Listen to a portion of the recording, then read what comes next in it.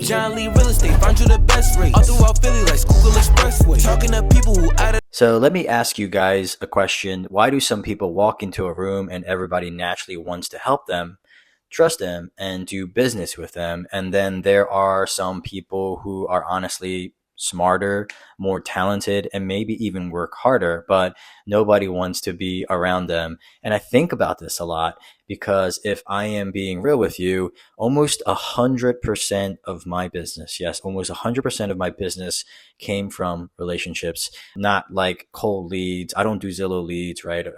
Or paid advertisements, right? Or some crazy sales tactic. My business honestly comes from relationships, friends, family, clients, referrals, community, people remembering how I made them feel. And one of the very first business books that I've ever read, probably about 15 years ago, completely changed the way I looked at people. And that was actually this book right here, was How to Win Friends and Influence People by Dale Carnegie. Now, before you click off, because this book is outdated, right? I think it was written in 1930s. I honestly believe this still might be one of the most important books ever written for modern business, especially today, because everyone's trying to hack attention, but nobody knows how to genuinely connect anymore, especially with AI, right? And I think that's why so many people struggle in business, even if they're talented. They don't understand people. And this book really helped me understand people. And honestly, it helped me understand myself too. You know what's actually funny? When I first got into the business, I thought success was about being impressive, right? Having the right answers, being smart, knowing more than everybody else. But then over time, I realized something. People honestly don't care how smart you are if they feel small around you, right? And that line right there, that changed my life because I started realizing the people who actually win long term are usually not the loudest people in the room. They're the people who make others feel important. That's literally one of the core lessons from this book that I learned so much from. It sounds simple, but almost nobody actually does it. There's one quote from the book that stuck out to me, and it said, you can make more friends in 2 months, right? You can make more friends in 2 months by becoming interested in other people than you can in 2 years trying to get other people interested in you. That is business, that is networking, that is marriage, that is parenting, that is leadership, and that is literally life. And I think people can feel when you genuinely care, especially now, right? Because everybody's trying to sell something, and everyone's trying to posture or pressure, and everyone's trying to look successful online, but very few people actually listen anymore. And honestly, I think this book accidentally made me better in real estate without teaching me real estate, right? Because the book really isn't about influence. It's about human psychology, which I talk a lot in my videos. And it teaches you that criticism usually doesn't change people. Ego pushes people away, and making people feel stupid almost never works. And I learned that honestly the hard way, especially because I can be direct sometimes. And if you know me personally, you know that I joke around a lot and I bust chops, but I call my friends idiots or dickheads, right? but jokingly, and underneath that, I generally love people, right? And I think people can tell that, right? And they can tell the difference between the joke and the love, right? Versus someone who secretly wants to feel superior, and that matters, right? And one of the biggest things this book really has taught me was to stop trying to win every argument, right? That alone probably saved me years of stress because when I was younger, right, I thought being right was important. Now, peace is important because relationships are important. Understanding people is important.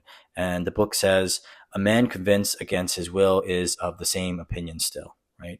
A man convinced against his will is of the same opinion still, meaning you can technically win an argument and still lose the person. And that became extremely powerful for me. And honestly, I see this all the time in business. I see it in friendships. I see it online. Everyone's like debating, right? Everyone's trying to correct each other. Everyone's trying to dunk on each other, right? But people who build real relationships behind the scenes, those people win forever, right? That's why referrals matter so much, because referrals are trust transferred. Think about that. right? Especially my business.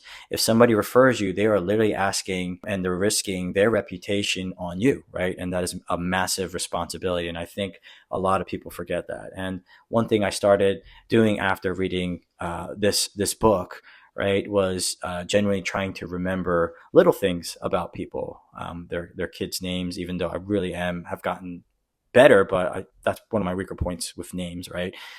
With names, goals, what stresses them out, what they're excited about. And I know that sounds basic, but people remember how you make them feel. And I'll never forget clients saying things like, hey, John actually listened. Or, hey, how the hell did John remember that, right? And that means more to me than any sales award, honestly, because I never wanted to be just another salesperson. I wanted people to feel safe around me and ultimately understood. And I wanted them to feel like they weren't being judged. And let me say something important here too. This book is not teaching manipulation, and I just want to be very clear on that. That's where people get it twisted. Manipulation is pretending to care to get something. Influence is genuine, right? It's genuine in caring and communicating effectively, right? There's a huge difference because people are way smarter than we think. They can feel fake energy immediately, or they can eventually feel that energy. And you know what? You want to know another lesson that hit me pretty hard. You don't want to criticize, condemn, or complain, right? And honestly, that one is still hard for me, especially in business, especially dealing with difficult situations. But I started realizing most people already know where where they messed up, and they don't need another person making them feel worse, right? They need leadership, understanding, and guidance. Even for me as a dad now, I think about this constantly because I don't want my son growing up feeling like he's never enough, right? I want him to feel seen, encouraged, and safe. And this book honestly influenced and reinforced a lot of that thinking in me. And one thing I learned over the years is that people are starving for appreciation, not fake compliments, real, true, genuine appreciation. And there's another famous principle from the book. It says to give honest and sincere appreciation. I know it sounds really simple, but that line is deeper than what people realize, because most people only point out mistakes. Very few people point out what's good in others. And if you become someone who genuinely encourages people, supports people, believes in people, you become magnetic. And honestly, I think this is why networking became natural for me over time. Not because I'm the smoothest talker in the world, not because I'm some master salesperson, but because I became genuinely curious about people. I like hearing people's stories. I like understanding what drives them. I like seeing what people are struggling with behind the scenes. And because every person you meet is fighting with some kind of battle you know nothing about, right? And the crazy part, the older I get, the more I realize business is actually emotional, right? People think business is logical, which in some cases it can be, but no, people buy based on emotion. Most people buy based on emotion and justify with logic later. Trust is emotional. Connection is emotional. Fear is emotional. And confidence is emotional. This book understood that decades before social media ever existed. And honestly, social media made this lesson even more important because we are all now connected. Well, at least digitally, right? But yeah, everybody's broadcasting. Very few are connecting, and I think that's why being authentic matters so much now. People are tired of fake perception, dealing with all sorts of AI, right, and all sorts of technology now. And one thing I want people listening to understand is this: you do not have to become someone else to become influential. You actually just become more influential by becoming genuinely yourself, but a better version of yourself, a more patient version, a more understanding version, a more observant version. And that's what this book helped me. And it didn't teach me to become fake. It just taught me to become more aware, right? And honestly, some of the wealthiest and most successful people I've ever met were also truly the kindest people. And that's what surprised me, because society sometimes teaches us that successful people are ruthless, which some of them are, but a lot of truly successful people understand relationships pretty deeply. They know the reputation compounds and trust compounds and character compounds. And eventually people either want to do life with you or they don't, right? And, it's actually pretty funny too. I think a lot of people read books for information, but certain books become mirrors. And this book became a mirror for me. And it made me ask, am I actually listening? Am I too critical sometimes? Do I make people feel important? Do I lead with ego? Do I genuinely care? And that's why this book stayed with me for many, many, many, many, many years.